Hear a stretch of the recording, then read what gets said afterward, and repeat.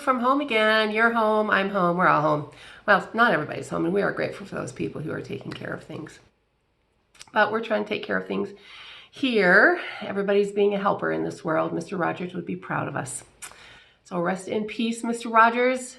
I know I said yesterday we were going to do a a game report again, but I gave you a lot of games yesterday, so I'm going to leave that for tomorrow, and I'm going to do literacy today. I've got my BYU students either working on campus or from home and pulling resources together. So today we're going to do some literacy ideas, and Miss Kaylee has put together a writing activity in shaving cream, right?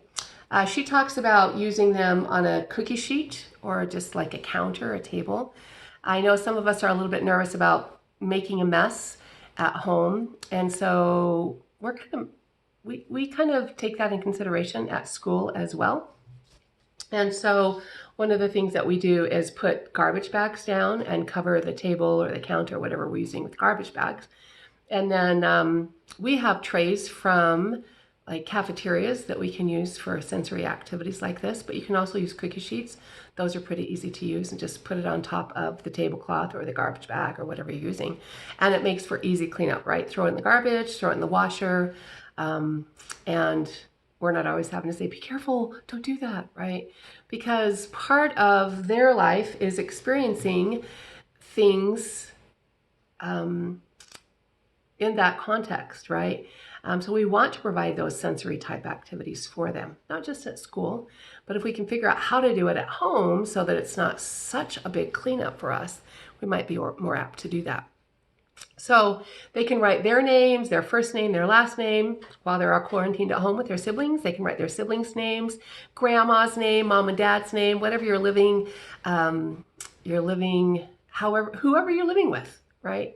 Have them write their names in that shaving cream. We also do chocolate pudding. You could do it in chocolate pudding. That's yummy, and it's fun and engaging for them, and it's learning. We've also used sand. I had a mother text in yesterday that they had been using flour to do that. And so flour is a great sensory activity too. Cornmeal, cornstarch, if you have something like that sitting around. Miss Kaylee talks about using popsicle sticks here. You can use Q-tips. I think forks, plastic forks would be really fun to use because it would be kind of fancy looking, right, for them. Plastic knives, any of those things that you've got sitting around the house that would be fun and engaging for them. I remember having a conversation with somebody who was frustrated that her son wouldn't sit through, oh gosh, I just am having a 50-year-old moment, who wouldn't sit through, the cards where you say it.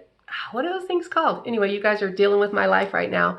But the flashcards, there we go. I knew it would come.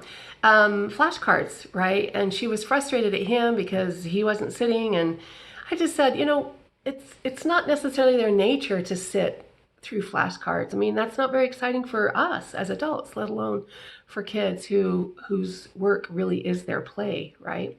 And so take that a notch up, right? And put the flashcards away, or let them use the flashcards as they're writing in the flower, right? They're writing it, they have it there as a model. So using it that way instead of as a rote exercise for them. You'll find that the kids will be more engaged.